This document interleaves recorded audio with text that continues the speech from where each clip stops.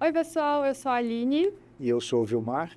Bem-vindos a mais um Descomplicando a Saúde da Mulher, um espaço onde a gente discute assuntos de forma holística, descomplicada e educacional. Lembrando que, de forma alguma, substitui uma consulta médica. Então, se você tiver alguma dúvida ou se tiver alguma queixa, tem que procurar um profissional.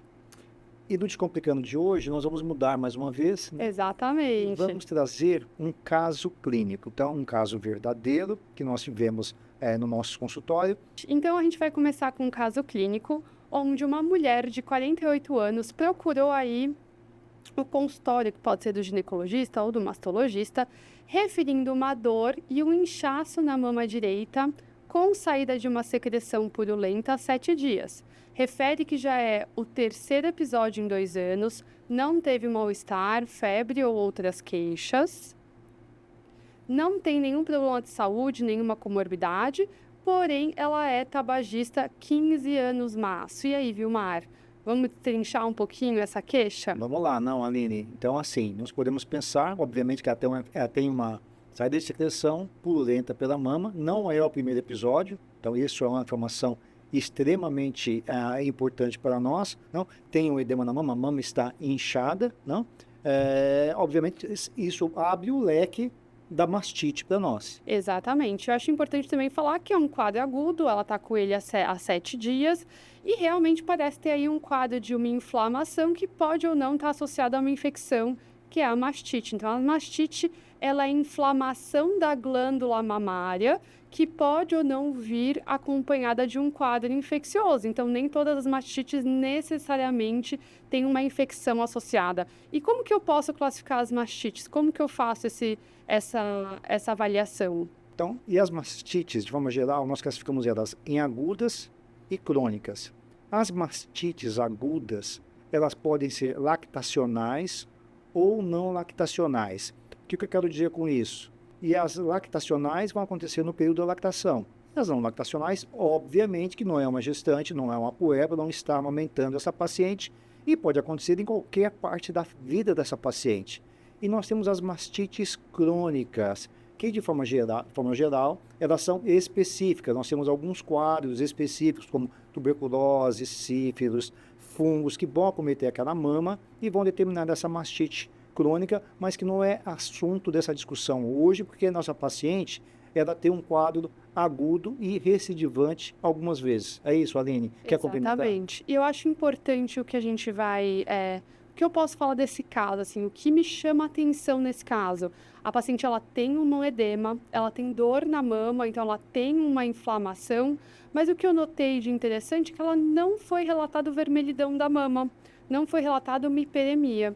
E como você bem falou, Vilmar, esse não é o primeiro quadro dessa paciente, ele já vem acontecendo há algum tempo, então ela tem um quadro de mastite recorrente. O que lá na história dela também pode chamar nossa atenção? Então, é muito importante nós tirarmos uma boa história da paciente, porque algumas informações são relevantes. E a informação mais relevante que ela traz para nós é o tabagismo. Exatamente. Então, o tabagismo desta paciente faz com que nós pensemos em uma mastite específica. Não é específica, mas especificamente em uma mastite, que é a mastite periareolar recidivante. Eu vou explicar um pouquinho mais para vocês o que vem a ser essa mastite periareolar recidivante. A mastite periareolar recidivante, então, pelo que está pela definição, acontece ao redor da areola, é periareolar, vai ao redor da areola, começar a sair pus pela mão da paciente, a mão vai ficar inchada, pode ou não ter vermelhidão. Pode ter um pouco de vermelhidão, mas não é a mama inteira que vai ficar vermelha.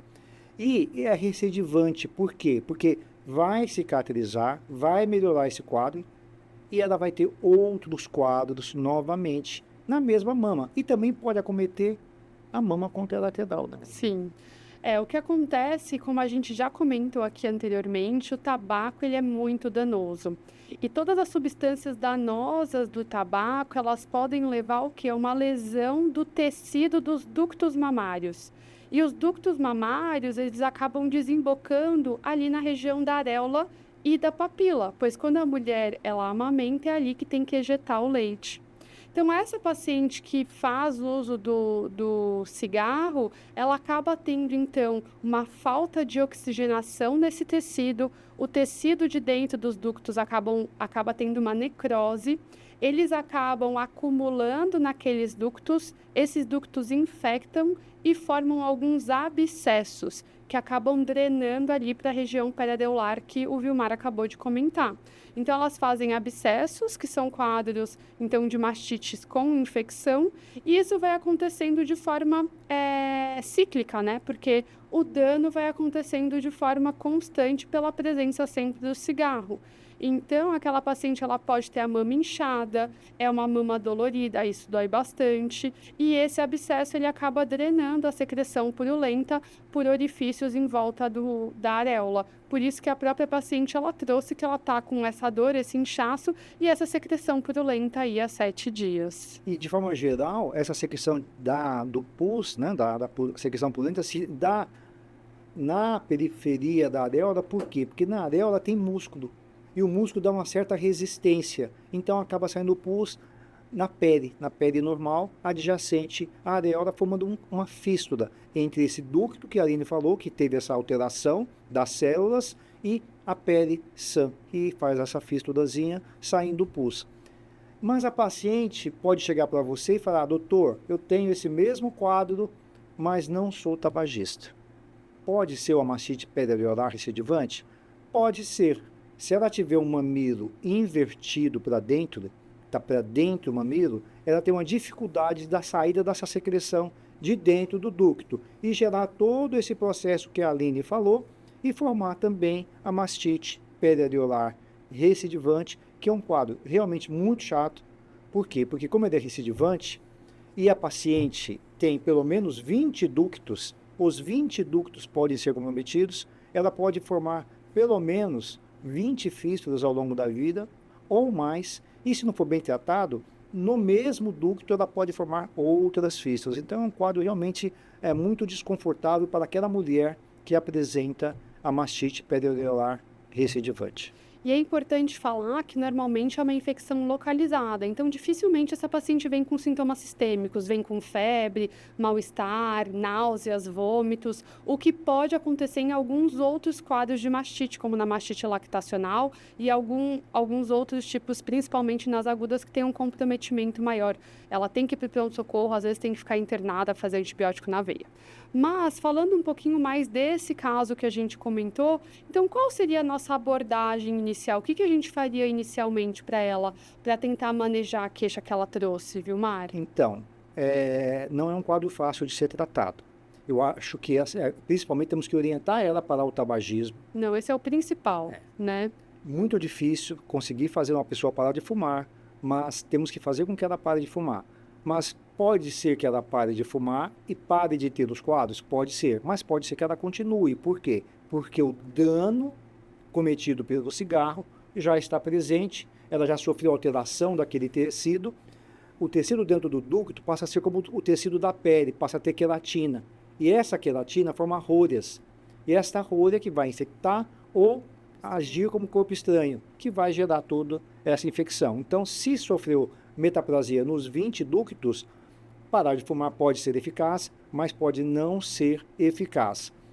De forma geral, nós vamos tratar aquele quadro de infecção. Vamos entrar com antibiótico, anti-inflamatório, ver a remissão do quadro acontecer. Teve remissão do quadro, passou a infecção, agora nós vamos simplesmente acompanhar esta paciente. Perfeito. E as pacientes que talvez já tenham 4, 5, 6 quadros, elas falam: meu Deus, eu não aguento mais, eu prefiro que tire minha mama, porque eu não aguento mais ficar tendo toda hora esse tipo de infecção, é incômodo, tá deformando minha mama, tá cheia de cicatriz. Existe alguma solução, alguma opção um pouco mais definitiva para essa paciente? Sim, nós temos 3 situações cirúrgicas. Nós temos aquela paciente que tem um mamilo invertido, que a causa então deve ser esse mamilo invertido. Nós temos que fazer a correção do mamilo invertido. Nós temos aquela paciente que sempre faz a infecção na mesma região. Então, provavelmente, ela tem um ducto acometido. Então, nós podemos retirar apenas aquele ducto. E temos aquela terceira situação, que é a mais drástica, que é a paciente que já tem vários trajetos fistulosos. Ela fala, doutor, não aguento mais, como o Karine falou, prefiro que tire a minha mama.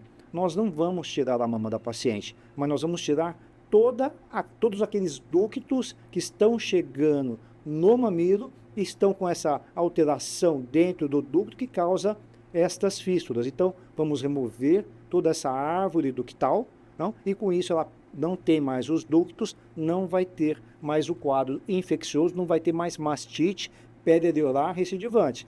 Ela pode ter mastite, mas não vai ser mais a perioral recidivante. Exatamente. Ah, perfeito. Acho que a gente conduziu muito bem. Espero que vocês tenham gostado desse formato novo. Se vocês tiverem casos que vocês querem que a gente discuta, manda aqui pra gente, aqui, deixa nos comentários que a gente lê com calma. Se precisar de mais informação, a gente entra em contato. E a gente pode trazer aqui para discutir também. Vai ser um cenário diferente, né, Vilmar? Com certeza. Acho que o caso clínico é sempre muito enriquecedor, Com né? certeza. Para nós e para os pacientes também. Exato. Então, se vocês gostaram, deixa o like aqui do nosso vídeo. Não esquece de se inscrever aqui no nosso canal, deixar os comentários. Não esquece de ativar o sininho para receber a notificação quando a gente publicar novos vídeos. E eu acho que é importante de fazer os comentários mesmo, porque é em cima desses Isso. comentários que nós vamos replicar novos casos, e esses casos são extremamente enriquecedores. Gente, obrigado mais uma E vez. a gente se vê na próxima. Até Tchau, mais. tchau. Tchau, tchau.